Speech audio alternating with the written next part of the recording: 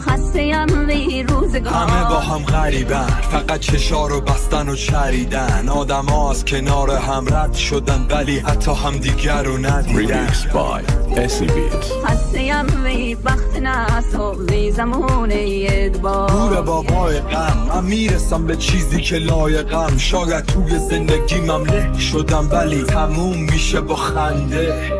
دیارا وفا اصلا مجور وفادار اصلا دنی. هر که بم گو عاشقم بیدی مراد دلم بری. هر که بم گو عاشقم بیدی مراد دلم بری. خرابم روزگار در دوارم روزگار.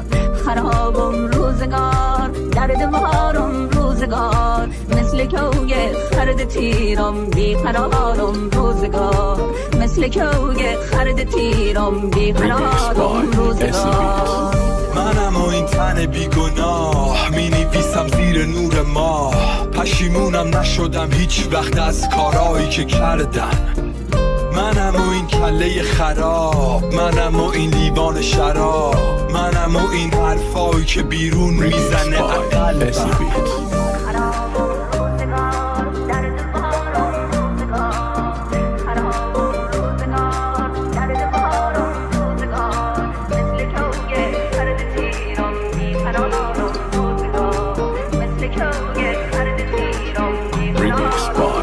تو دریایی و من قطره، تو یه کوهی و من صخره. اصلا تو خوبی من بد، من اونم که دنیا رو نمیفهمه.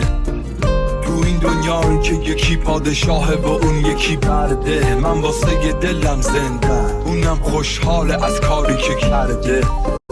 منم و یه آسمون صاف شده سقف واسه خونه ها. منم و یه قلم و ورق و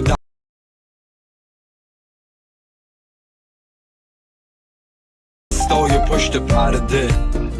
منم و صدای من، این صدامه که میمونه جای من. من که رفتنیم و بعد رفتنم معلوم میشه کی حقه. دیارا و زنده خسته‌ام خسته‌ام وی روزگار. خسته‌ام وی بخت ناس و وی زمونه ادبار. خسته‌ام وی بخت ناس و وی زمونه ادبار.